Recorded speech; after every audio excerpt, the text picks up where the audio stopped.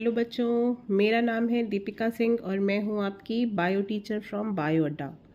आज का टॉपिक है बेटा हमारा, जैसा आप डायग्राम में देख रहे हो, सेल का। ठीक है, पार्ट ऑफ सेल्स हम पढ़ रहे थे अभी तक। ठीक है, इनमें पार्ट ऑफ सेल में क्या सेल ऑर्गेनल्स पढ़ रहे थे। सेल ऑर्गेनल्स में हम लोगों ने बहुत सारे टॉपिक क्लियर भी कर लिए थे। होप आप लोगों को समझ में भी आ गए होंगे। ठीक है, और नहीं आए हैं, कोई कन्फ्यूज़न है तो एक बार रिक्वेस्ट है, ज़रूर दोबारा से फिर से वीडियोस को आप दोबारा देखो। और उसके बाद भी अगर कुछ रहती है प्रॉब्लम तो आप हमको बिल्कुल कमेंट करो, हम कोशिश करेंगे उसको और क्लियर करके एक वीडियो बनाएंगे। ठीक है, तो चलो फिर आज का टॉपिक क्लियर करते हैं। आज का टॉपिक है सेल ऑर्गेनल्स। बेटा तो सबसे पहले हमें ये समझना पड़ेगा कि ये सेल ऑर्गेनल्स की ज़रूरत क्या थी। ठीक है, हमें पता है कि सेल हमारी एक फंडामेंटल यूनिट होती है। ठीक है, सेल को क्या कहा जाता है? फंडामेंटल यूनिट कहा जाता है। जैसे कि ये दो सेल है, एक एनिमल सेल है, एक प्लांट सेल है। लेकिन इनकी ज़रूरत ही क्या थी? देखो, जैसे हमारी बॉडी में बहुत सारे ऑर्गन्स होते हैं अलग अलग तरीके के काम को करने के लिए। ठीक है, कौन से काम? जैसे रेस्पिरेशन है, डाइजेशन है, एक्सक्रीशन है, ठीक है, एब्जॉर्प्शन है। ये सारे काम करने के लिए अलग अलग ऑर्गन्स होते हैं, क्योंकि एक ही ऑर्गन सारे काम को करेगा तो फिर बहुत हेक्टिक हो जाएगा। ठीक है, तो वैसे ही हमारे सेल में भी होता है। हमारे सेल को बहुत सारे फंक्शंस करने पड़ते हैं। ठीक है, तो उसके लिए क्या होता है, सेल के अंदर कुछ ऑर्गन्स होते हैं। ठीक है, जिनको ऑर्गेनल्स कहते हैं हम लोग। और ये जो ऑर्गेनल्स होते हैं ये अलग अलग फंक्शन जो सेल करती है उसमें इसको ये हेल्प करते हैं। ठीक है, अब जैसे क्या क्या फंक्शन जो सेल करती है जिसमें ये हेल्प करते हैं, तो देखो बेटा, जैसे कौन कौन से हैं कि डाइजेशन है, रेस्पिरेशन है। ठीक है, कुछ जो एनर्जी जनरेट करने का काम करते हैं, कुछ प्रोटीन सिंथेसिस है, हार्मोन और एंजाइम का सिक्रीशन होता है। ठीक है, तो इस टाइप के फंक्शन जो होते हैं ये एक सेल को करने पड़ते हैं। ठीक है, और ये सेल के जो ऑर्गेनल्स होते हैं ये उसी काम में, इन सारे कामों में उसको हेल्प करते हैं। ठीक है, तो एक तरीके से सेल को हम, जो सेल के ऑर्गेनल्स हैं उनको क्या कह सकते हैं? उनको एक सपोर्टर भी हम कह सकते हैं। ये सपोर्टर की तरह काम करते हैं। ठीक है, तो they work as a supporter of cells. ठीक, ये बात क्लियर हो गई कि इनकी ज़रूरत क्यों है हमें। अगर हम फिर से इसको समझें कि सेल ऑर्गेनल्स की क्या ज़रूरत है, तो चूँकि सेल बहुत ही एक कॉम्प्लेक्स स्ट्रक्चर, बहुत सारे फंक्शन को करती है, बहुत हार्ड वर्क करती है हमारी बॉडी में। ठीक है, तो उसको डाइजेशन, रेस्पिरेशन, एनर्जी जनरेट करने के लिए, प्रोटीन सिंथेसिस के लिए, हार्मोन और एंजाइम के सिक्रीशन में, ठीक है, इस तरीके के बहुत सारे उसको काम करने होते हैं। इसलिए अलग अलग तरीके के कुछ ऑर्गेनल्स होते हैं जो कि उसको हेल्प करते हैं ये सारे काम करने में।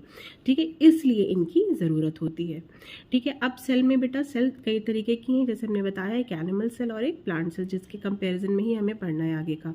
ठीक है, और क्या होता है बेटा, जो सेल होती है वो एक मेम्ब्रेन बाउंड स्ट्रक्चर होता है। जैसे आप देख रहे हो कि प्लांट सेल में भी है मेम्ब्रेन और एनिमल सेल में भी है। ठीक है, तो single cell membrane bounded structure होता है। ठीक है, और क्या होता है, प्लांट जो जो इसमें ये की बहुत सारी जो कॉम्प्लेक्स एक्टिविटीज़ होती है, जैसे अभी हमने ये सारी एक्टिविटीज़ बताई, ये सारी एक्टिविटीज़ को जो सेल होती है वो सपोर्ट करती है, उनको करती है। ठीक है, ये सारी चीज़ें क्लियर हैं। तो चलो अब हमें पहला टॉपिक देखना है।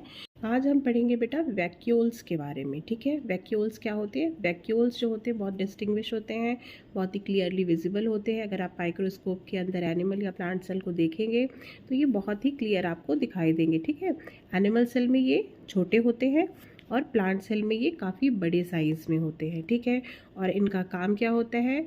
इनका काम होता है स्टोरेज का। ठीक है, प्लांट सेल में अलग कुछ स्टोर करते हैं और एनिमल सेल में अलग। ठीक है, और क्या होता है बेटा, सबसे पहले तो ये मेम्ब्रेन बाउंड होते हैं, सिंगल मेम्ब्रेन की लेयर होती है, सिंगल मेम्ब्रेन बाउंड होते हैं ये। ठीक है, और क्या होता है, इनमें जो ये स्टोरेज होता है ये सॉलिड फॉर्म में या लिक्विड फॉर्म में, दोनों ही फॉर्म में हो सकता है। ठीक है, एनिमल सेल में ये टेम्परेरी होते हैं, परमानेंट नहीं होते। एनिमल सेल मतलब जैसे कि हम ह्यूमंस में, ठीक है, ये टेम्परेरी होते हैं। जब इनका काम होता है, जब इनकी ज़रूरत होती है बॉडी में, ठीक है, तो इनका फॉर्मेशन हो जाता है। ठीक है, जो आप ये पर्पल कलर के देख रहे हो, दो पिंक पिंक से आपको समझ में आ रहे हैं। ठीक है, ये क्या है? ये वैक्यूल्स है। क्लियर है? देखो, प्लांट सेल में कितना बड़ा पार्ट है इसका। ठीक है, पर एनिमल सेल में ये टेम्परेरी होते हैं, जब इनकी ज़रूरत होती है तब इनका फॉर्मेशन होता है, अदरवाइज ये डिज़ोल्व हो जाते हैं। ठीक है, और ये क्या स्टोर करते हैं बेटा? ये एनिमल सेल में जो वैक्यूल्स होते हैं ये ग्लूकोज का, ग्लाइकोजन का और कुछ प्रोटीन का स्टोर करते हैं। ठीक है, क्लियर है क्या क्या, ये बहुत इंपॉर्टेंट है। किसका स्टोरेज करते हैं ये ग्लूकोज, ग्लाइकोजन एंड प्रोटीन का स्टोरेज करते हैं। ठीक है, ये स्मॉल इन साइज होते हैं, टेम्परेरी होते हैं और ये इन चीज़ों का स्टोर करते हैं। ठीक है, जब इनकी ज़रूरत होती है इनका फॉर्मेशन हो जाता है, अदरवाइज ये डिज़ोल्व हो जाते हैं। ये सिंगल मेम्ब्रेन लेयर होते हैं। ठीक है, और क्या होता है बेटा, देखो ये बीच में न्यूक्लियस है, प्लांट सेल में भी रहेगा, एनिमल सेल में भी होगा। ठीक है, सेल मेम्ब्रेन भी होगी, माइटोकॉन्ड्रिया भी होगा, साइटोप्लाज्म भी होगा और लाइसोसोम्स हैं इसमें। ठीक है, इनमें लाइसोसोम्स का फंक्शन नहीं होता। ठीक है, अब और क्या देखना है बेटा, अब हमें देखना है कि प्लांट सेल में कैसा होता है। ठीक है, चलो प्लांट सेल में बेटा, प्लांट सेल में इसका जो ये वैक्यूल्स होते हैं ये बहुत ही लार्ज साइज़ के होते हैं compare to animal cell. Animal cell में पूरे सेल में ये होते हैं वैक्यूल्स, लेकिन ये बहुत ही छोटे होते हैं और जब इनकी ज़रूरत होती है तभी बनते हैं। लेकिन प्लांट सेल में ये परमानेंट होते हैं। ठीक है, और क्या, जो मैच्योर सेल होती है उनकी बात कर रहे हैं। ठीक है, एक ये मैच्योर प्लांट सेल है और एक ये मैच्योर एनिमल सेल है। ठीक है, तो प्लांट सेल में क्या होता है, प्लांट सेल में जो ये वैक्यूल्स होते हैं बहुत ही बड़े साइज़ के होते हैं और बहुत बड़ा एक एरिया कवर करते हैं। ठीक है, और क्या करते हैं ये, कभी कभी कुछ प्लांट्स में ऐसा करते हैं ना कि ये न्यूक्लियस को सप्रेस कर देते हैं, दबा देते हैं, मतलब एक साइड में कर देते हैं। ठीक है, इतना ज़्यादा इनका साइज़ इनलार्ज हो जाता है वैक्यूल्स का, जो इनके अंदर स्टोरेज होता है वो इतना ज़्यादा हो जाता है कि ये क्या करते हैं, जो न्यूक्लियस होता है ना ये उसको सप्रेस भी कर देते हैं। ठीक है, एक साइड में आ जाता है।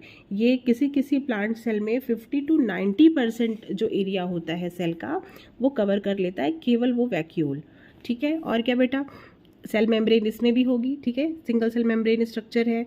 और क्या है, माइटोकॉन्ड्रिया इसमें भी होगा, न्यूक्लियस भी है, साइटोप्लाज्म भी है। और क्या होता है, साइटोप्लाज्म के अलावा इनमें क्लोरोप्लास्ट भी होता है। ठीक है, क्लोरोप्लास्ट होता है। और क्या होता है बेटा, और जो ये जो प्लांट की होती है सेल, इसको देखो ऐसे भी हम देख सकते हैं, थ्योरी में देखें, दे आर लार्ज। ठीक है, और डिस्टिंग्विश्ड होते हैं एंड परमानेंट होते हैं। ठीक, और क्या करते हैं ये स्टोरेज जो करते हैं उनको कहते हैं सेल सैप। सेल सैप में क्या क्या स्टोर ये करते हैं, अमीनो एसिड, शुगर और ऑर्गेनिक एसिड। ये सारी चीज़ें वैक्यूल, जो प्लांट सेल का है वैक्यूल, ये अपने अंदर स्टोर करता है। ठीक है, और इन सारी चीज़ों को कहा क्या जाता है, सेल सैप। ठीक है, दे स्टोर सेल सैप, और सेल सैप में क्या होता है बेटा, अमीनो एसिड है, शुगर है और ऑर्गेनिक एसिड है। ठीक है, फिर क्या है, plant cell vacuole provide turgidity and rigidity to the plant. ठीक है, प्लांट में जो प्लांट सेल को जो एक ये प्रॉपर स्ट्रक्चर देता है, ठीक है, एक टफनेस देता है, एक शेप देता है। ठीक है, ये वैक्यूल।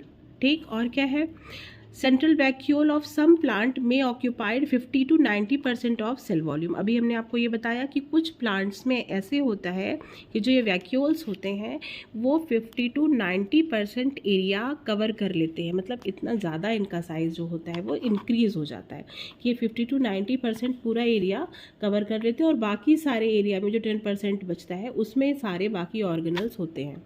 ठीक है, क्लियर है ये बात, फिर से एक बार समझ लीजिए कंपैरिजन करके इसको।